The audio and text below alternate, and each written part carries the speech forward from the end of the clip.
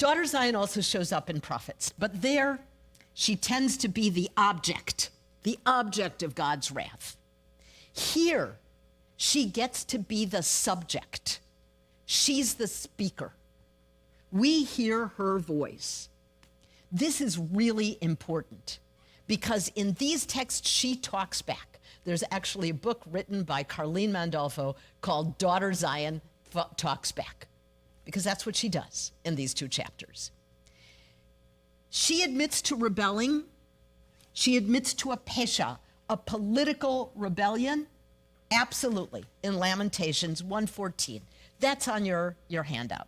The yoke of my offenses, this is the word pesha, not sin. The yoke of my rebellions are in God's hand. God is holding them, right?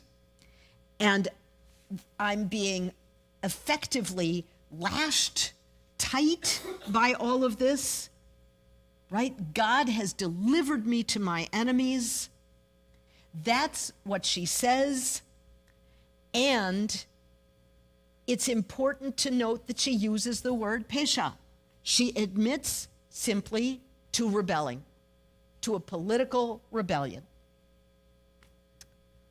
It's not a moral transgression that she admits to. Why is that important? Because Daughter Zion never, ever, when she is the speaker, never uses the word avon, transgression, about her own acts. She never uses that word. But to acknowledge rebellion from the mindset of the authors of Hebrew Bible essentially means to say the stronger party here has taken action against me. So what she's acknowledging is the condition she is in. The stronger party has taken action against me. And the whole business with uncleanliness that you keep getting in this text, right? So you think that has to do with her uncleanliness, that she's not clean. She never uses this word in her speech about herself. The poet claims that the city is unclean, but she does not. Why is that important? What has actually happened here? The holy temple and its sanctuary has been transgressed. What has happened here? Blood has been shed in that temple. Priests have been murdered in the sanctuary.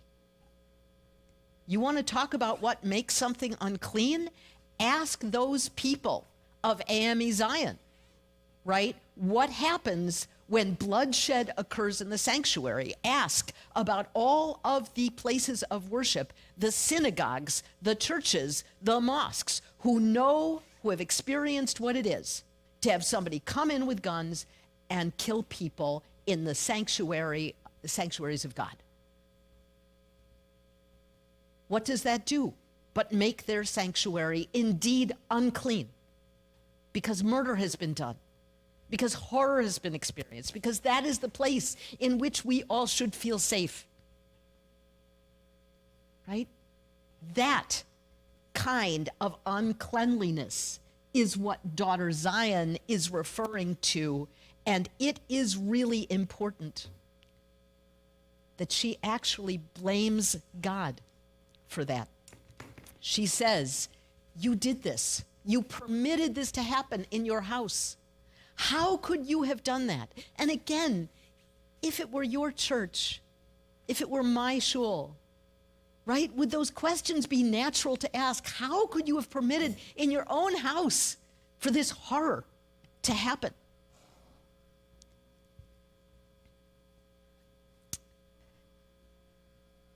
Another issue here I want to bring up is what happens to people who are victims. How do they speak about their experience? Frequently, they use the language of the oppressor to describe their own experience, right? They internalize the language of the oppressor. Have you all heard of Stockholm Syndrome? Yeah. Those are natural encounters with trying to figure out what has happened to you. I have a transgender student at UNC Charlotte right now who was bullied all last year by a cisgender heterosexual white guy. And this transgender student, they kept saying, what did I do to invite this? What did I do? How did I cause this? They are still struggling with that inclination to blame themselves for the actions of this man. That is an almost inevitable problem that happens for many, many victims, particularly those who belong to subordinated groups already. So people of color, women, LGBTQ plus folks, if you're already in that subordinated place, if you've already been told that you are in some way, in some fashion, not sufficient, not equal, then the tendency to blame yourself for what's been happening has already been taught to you. You have been taught to do that. And that is something that is going on right here. Daughter Zion has been taught by the deity, right? It's the people who've made the mistake. It's the people who are wrong. That's the theology that we come up against. And she responds in kind. And this is what's really fascinating. If you take a look at Lamentations 1:18 on your sheet, where she says, the Lord is in the right, according to the translation, for I have disobeyed him. You think that's what the text says. The text says, tzadikhu. She admits that God is righteous. God is a righteous judge. And why? She uses a word that is translated here as if it were the word disobey, and it might be. But it may equally be the word embittered. Embittered. For the Lord is a righteous judge, right? And I am embittered about it. I am embittered. Bemoaning, right? Deploring. She's embittered here can be just as easily the translation.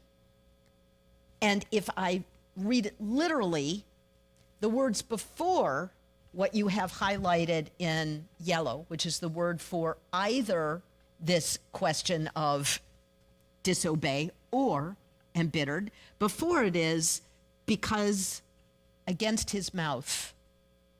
So she could be saying, I am embittered against his command, against what he says out of his mouth. And I deliberately use the word he here because in Hebrew Bible, the deity is male.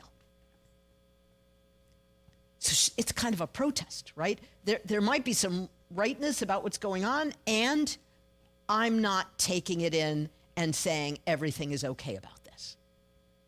There's a resistance here to what's happening, which takes strength when you are in that much pain to resist. So, one of the things that is key for us to think about is that in Lamentation, God's story is not the whole story. In fact, we never hear from God. God never speaks in these 5 books, not a single time. The story that the daughter's voice is giving us is more properly described as this: okay, I have made mistakes, I have rebelled, I have done things that were not right, and you don't have the right to treat me like this. The purpose of those first 2 chapters is not for her to acknowledge her sin. It is not an attempt at repentance. And it is not meant to show the people the way back to God. It is an emotional expression of existential pain, shock, and betrayal.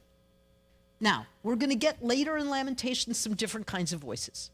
But in these 2 chapters, it is just the explosive power of what horrors have happened in the city of, and you can go ...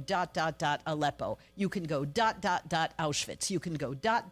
Kiev, or any other location that you know has experienced this kind of trauma. So, this is where the language on children comes in. Because the ancient biblical authors knew, just as we do, that it is inevitable for us to think first, when we think of iconic pain, of the loss and the pain of children who die because of the trauma that we are seeing and experiencing. Now, at my age, I'm also at the stage where I understand that it would be nice if we could think about older people too. Because after all, in the first year of COVID, who died? Right? Something to think about. But it is still is a kind of a trope to think of the child's death, the child's trauma, as the very epitome of pain. I want to say this because I myself know that I myself have used that. So has Irving Greenberg, who writes a pivotal text on an account of children, trigger warning, okay, being murdered at Auschwitz, and how they're murdered. I'm not going to describe that text because it really is too awful for anyone to have to confront without lots of heads up, right? But he says, anything we say about God, we have to say in the presence of these children, right? So this is, in effect, what Daughter Zion does thousands of years before Rabbi Irving Greenberg. And she does so in this text in 2 ways. She pictures herself and describes herself as a bereaved mother. She knows that the doctrine of retribution is problematic. She is fighting that doctrine because she knows that it is a lie to make meaningless violence meaningful. I want us to think about that. Making meaningless violence meaningful. We do that all the time in an effort to avoid the incredible amount of pain that we have to confront when meaningless violence remains meaningless, when we have no answer, when we have no answer. And she says, no, I'm not going to play that game in this text. And instead, she turns in Lamentations 2:20, and she says, look what you have done. Look to whom you have done this, right? Women eat their own fruit, their own children, and priest and prophet are slain in the sanctuary of the Lord. Another real epitome of horror, cannibalism, right? Now, she goes on to describe in 2:21 what the streets of Jerusalem look like. Young and old, lying in the streets. My maidens and youths are fallen by the sword. You slew them on your day of wrath. You slaughtered without pity. And then in 2:22, she says, you summoned as if it were a festival day, the day of rejoicing, my neighbors. And then this is what you did. Those children that I bore. Effectively, this text is much less mysterious than the English makes it to be. You slew. So let me break these down for you. The word tipochim, which means a cherished being, a child, sounds a lot like tibuchim. And in fact, there's only one letter difference. in the word that is used for slaughter, the kind of slaughter a butcher does, and for the word used for children. Right. What happens?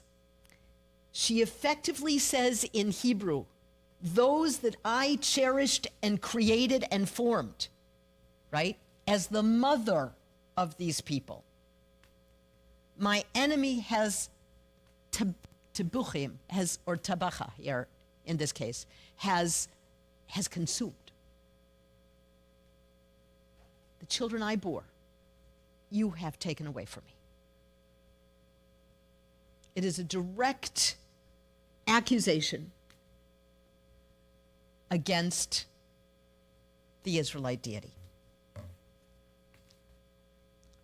So, why is all this so important for us? Do we believe in a deity who is murderous, vengeful, and cruel? We do not. We believe in the deity of love. There is a deity in both the Hebrew Bible and the New Testament who can be pictured as vengeful and cruel. I don't come to bring peace, I bring the sword.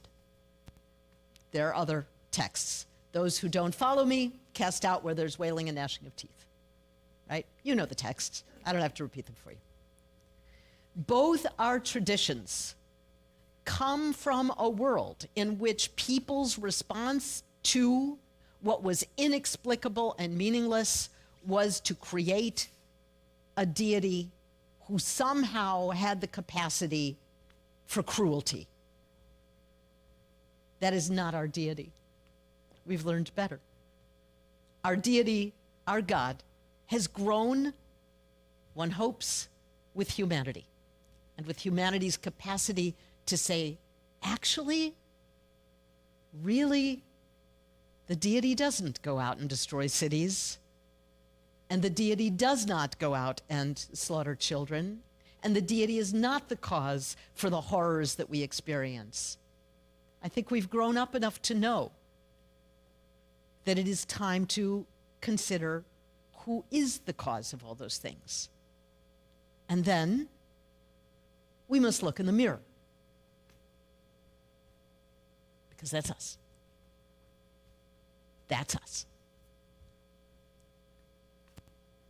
So where do we stand with a text that seems to speak of a deity we cannot relate to and to which we have no relationship? At the beginning of this, I asked, did not everyone in this room at some point in your life know what it was to say, why are you doing this to me? And I bet if I asked for a show of hands, every one of you would say, at some point or another, I've done that. It's been kind of a knee-jerk response. How could you do this to me? Because we wrestle all the time with how to describe how God moves through us, works with us, responds to us. What is our prayer about? What are our attempts at goodness about? What is our reward? All of those things are ever-present questions for us. So what is it that I want you to learn from this text? Not that the deity is cruel and evil, but rather that it is a legitimate human response to resist horror, to say horror is wrong. What is happening is not right. Naming what is murderous and unacceptable is essential for us as human beings. And as we will find over the next 2 weeks, Jewish tradition actually makes out of the Book of Lamentations a prayer of thankfulness. That'll be week 3. How it does that is a kind of miraculous, amazing move. What I'd like us to consider is, can we be thankful for a voice of resistance as a teaching voice that helps us know that we are within our rights to say, that's wrong. That's wrong, I resist. And whatever I've done, I haven't deserved this. Whatever we have done, whatever mistakes we have done, we haven't deserved this. So I ask you to take daughter Zion as a character who opens up the opportunity to bemoan, to wail, who gives you the right to cry out in resistance and horror. When you do that as a knee-jerk reaction or as an automatic reaction and then say, oh, that must be a loss of faith on my part. Oh, I'm doing something wrong. Think of daughter Zion. She's saying, nope, you have the right. It's okay. It's okay to do those things. That's a reason to have this book in our canon. It gives us permission to cry out, to rail away, to insist that we will not rest with what we know to be wrong. So, in the memory of those who died on January 6th, may we name what has been wrong. So much has been wrong in this country. And may we take the courage of daughter Zion to say to any authority, whatever we have done, we have not deserved this. And may we say amen. So you all, time for questions, thoughts, reactions. Yes, sir. When was the Book of Lamentations written? Aha, that's an excellent question. And it's a question I should have answered at the get-go when I was talking about the history, which just goes to show you how historians forget to be historians. So the actual events of the destruction of the first temple are about 586 BCE. And after the destruction of the temple, an elite from the sort of governing bodies is brought into exile by the Babylonians. The books of Lamentations were written in probably around the sort of time of this event, except for later you'll see a book that is written a generation or so later. So I think it is probably fair to say that during the 6th century BCE, we see these laments being written. And as I said, there are probably a number more that are lost to us. Oh, the texts that have been lost to us. These were selected later and canonized much later. Yeah. Yes, sir. And then in the back. I'm sorry? Yes. The actual word, eka, means really something like woe. Right? So, yeah, Lamentations is a sophisticated way of saying pain. Yeah. Yes, sir.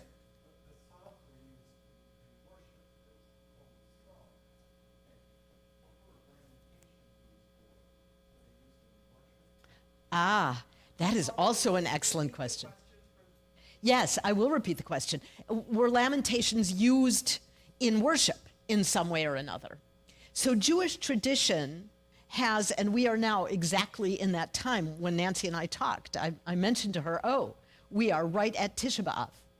Tisha B'Av is the day on which Jews, and it's a summer, festival is really the wrong word, but a summer ritual that marks both the destruction of the first temple and the second temple. In fact, the first and second temple were destroyed on the same day. The Romans knew what they were doing. And you want to really experience pain? For centuries, Jews across Europe would experience their enemies deliberately choosing this day to do something awful. Jews of England were deported on Tisha B'Av. The Jews of Spain were expelled on Tisha B'Av. The Warsaw Ghetto was liquidated on Tisha B'Av. This was a deliberate choice to hammer home, once again, you are going to experience the full horror and abject, really even mass murder and all the rest of your people. So what happened is that day in the summer is a day when Jews then sit together, read Tisha B'Av together, fast, and mourn. And so it is an annual day for marking the destruction of the two temples. Also, as I'm going to tell you on the third session of this week, a section of Lamentations was made into a daily prayer for every Jew, which is an amazing thing, like how that happens. So, yes. No, the Talmud, the Lamentations is part of the Hebrew Bible. It's part of what you would call the Old Testament, right? The Talmud is, I know this will sound difficult and weird from your perspective, but from a scholarly perspective, there are two commentaries on Hebrew Bible. One is the New Testament, and the other one is the Talmud. That's how that's understood, that the New Testament, which is 75% paraphrase, quoting, and discussion of Old Testament texts, is a kind of a commentary on it, and the Talmud does the same thing from the rabbinic and Jewish perspective, which is, I know, a little bit kind of difficult to think about from that academic perspective, but that's how a scholar would see those two texts. Yeah. And I didn't repeat the question, which is, where does Lamentations land? No, it's actually in your Bibles. You can find it there. You just, as a general rule, one of the most interesting things I've discovered is that Christians, as a rule, tend to seem to avoid this text. So when I teach it at UNC Charlotte, my Christian students had no idea that it existed. We're never encountering it. And I can tell you that one year, when one of my students lost a man who was like a brother to him to gang violence, that Julius came to me, we were discussing Lamentations right then, and said to me, I feel like this right now. I don't know how to talk to God. I'm so angry, I can't. And using Lamentations, we kind of walked through his grief. I had another student who was a vet and described in class what it was like to see a young person approach military people and to hear 500 guns go off at once because of what that young person might be carrying, and literally said in class, it's Lamentations, God is not in that place. Right? So it's a real text for us, worthy of our attention and our time. Other questions or comments? Yes, sir.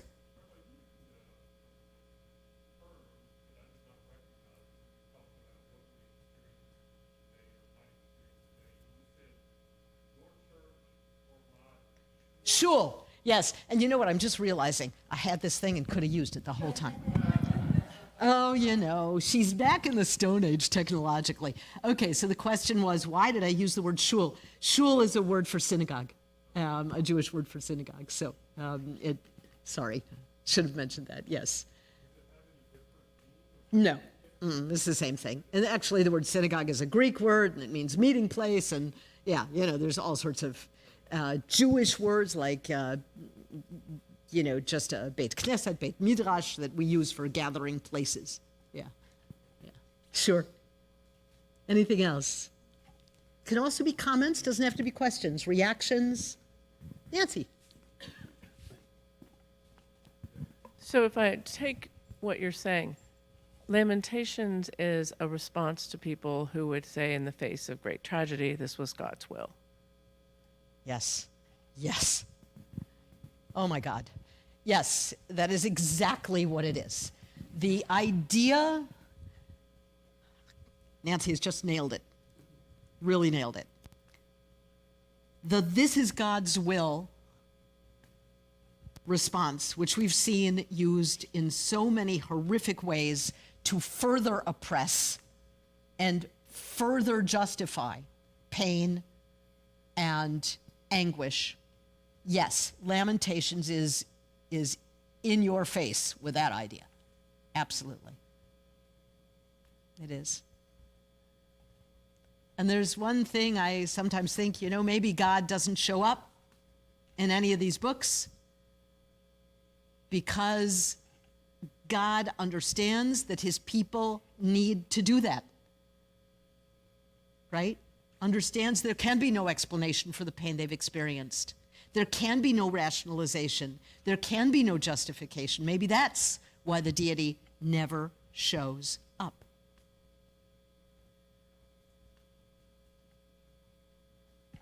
Something to think about.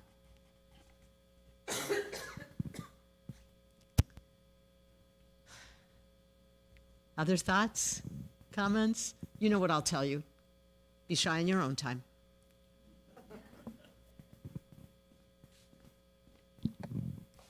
You may get to this in future weeks, but I'm wondering if there is any place when God responds to this pushback and answers it. Not in these texts. Not in the books of Lamentations. You will see, I don't know if this happens in your Christian versions, but in the Jewish version, the penultimate verse is repeated at the end of the text about God taking us back, right? The rabbis couldn't end the books the way they actually end with a, you're lost, you're gone, you don't answer us. And so they take this hopeful verse, which is the second to the last one, and they repeat it. It's not in the original text, but they didn't want to leave people in a place of hopelessness. So it was rabbis who did that, but it wasn't God. And again, I really wonder, right? I mean, we have to ask ourselves these questions in a very literal way. Does God show up at Auschwitz, right? Does God show up in Aleppo? Where is God in those places? Isaiah gives us a God who sometimes turns God's back and cannot look at what is going on in the human world. Is there a deity who looks at what we are doing and have done and have caused, and who is experiencing such pain and grief that that deity has to withdraw from us?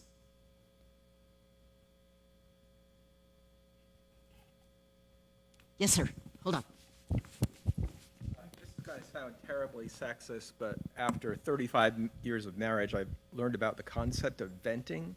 Venting, yes. Yes, where you don't say anything, you just sit and listen to someone else's pain. And by doing that, you're doing the most loving thing that you can do without trying to fix their problem, if that makes any sense. It does. Listen, acknowledge, understand. And so right?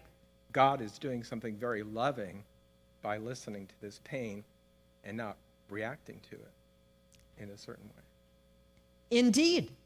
You could absolutely read it that way, that what's going on here is that God is accompanying people in their anguish and their pain, and that is absolutely true. Those of you who have talked to somebody who has been recently bereaved must surely know, and in fact the rabbis say, when somebody is mourning, don't try to comfort them with it's in God's plan, or all of that kind of stuff. Don't do that. Just listen. Just listen to their pain.